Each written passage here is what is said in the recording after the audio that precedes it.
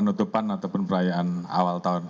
Ini merupakan kegiatan yang secara rutin tentunya harus kita persiapkan karena memang terjadi mobilitas aktivitas masyarakat yang meningkat, baik dari masyarakat yang akan melaksanakan mudik, yang akan melaksanakan libur dan melaksanakan liburan karena memang sekolah-sekolah dan tentunya masyarakat yang bekerja juga libur, dan juga tentunya ada kegiatan perayaan ibadah di tanggal 25, baik malam, kemudian siang, dan di acara tutup tahun yang biasanya juga seluruh rangkaian kegiatan menjadi satu.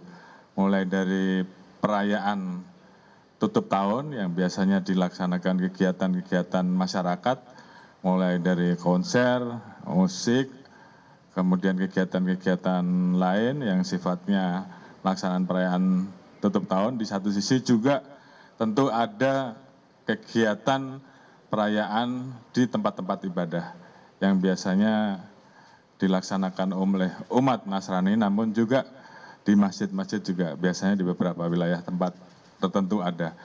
Demikian juga aktivitas di jalan tentunya juga meningkat, dan ini semua tentunya memerlukan kesiapan, memerlukan pengamanan dan memerlukan kesiapan dari seluruh sarana, prasarana, infrastruktur, sehingga masyarakat yang melaksanakan mobilitas karena berdasarkan data dari Kemenhub akan ada peningkatan 44 juta yang akan melaksanakan mobilitas, sehingga itu juga tentunya perlu ada kesiapan.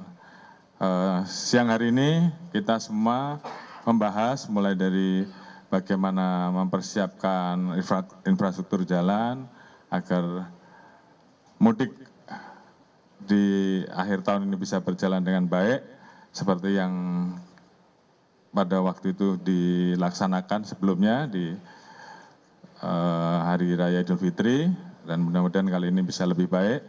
Demikian juga kita juga mengantisipasi terhadap situasi di akhir tahun dan intensitas bencana yang terjadi, yang tentunya kita juga harus mempersiapkan dan mengantisipasi apabila ada gangguan-gangguan tersebut. Kemudian juga untuk memastikan agar masyarakat betul-betul bisa merasa aman dan nyaman, tentunya kami juga mendirikan pos pelayanan, baik pos PAM, pos Sian, sampai dengan pos terpadu, di mana di dalamnya lengkap seluruh stakeholder terkait untuk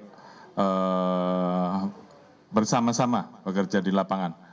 Sehingga pada saat masyarakat ada kemacetan, bagaimana kita harus turun mengantisipasi, kemudian apabila ada terjadi kelangkaan atau kehabisan bahan bakar minyak, bagaimana kemudian petugas dari Pertamina bisa menyalurkan bahan bakar dengan cepat.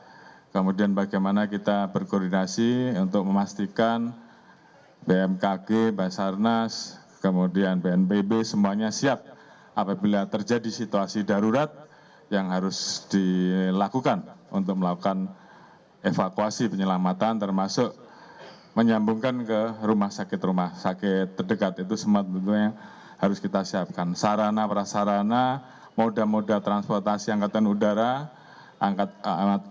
moda darat dan laut, semuanya juga harus kita siapkan. Di samping tentunya saat ini kita masih di era pandemi COVID, walaupun secara angka kita lihat terjadi penurunan di angka kurang lebih rata-rata 1.800 per hari.